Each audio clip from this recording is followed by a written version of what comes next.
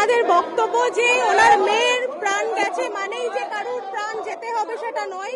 Court যদি decide করে, trial court, যে যাবজ্জীবন শাস্তি হবে, তাহলে ওনারা সেটাই সাপোর্ট করছে ফর দি টাইম বিং, যতক্ষণ না ফার্দার ইনভেস্টিগেশন হয়ে আরো চার্জশিট আসছে এবং বাকিদের নাম আসছে। আমরা ভিকটিম অ্যাপিল করবে কিনা সেই বিষয়ে এখনো ডিসিশন নেওয়া হয়নি। আমরা ডেফিনেটলি কিছু অবজারভেশন ট্রায়াল কোর্টের আছে যেগুলো ডেট্রিমেন্টাল, সেগুলো চ্যালেঞ্জ করব, কিন্তু কি প্রসিডিওরে চ্যালেঞ্জ করব, অ্যাপিল করব না, এই পেন্ডিং অ্যাপিল যেখানে হবে সেখানে আমরা সাবমিশন করব, সেই ব্যাপারে এখনো ডিসিশন নেই। তার কারণ আমি ওনাদের সাথে অনেকবার কথা বলেছি, যিনি বাবা মা আছেন ভিকটিমে, ওনাদের বক্তব্য যে ওনার মেয়ের প্রাণ গেছে মানেই যে বাকি যারা দোষী তাদেরকে প্রাণহানির শাস্তি দিতে হবে, সেটা ওনারা চান না।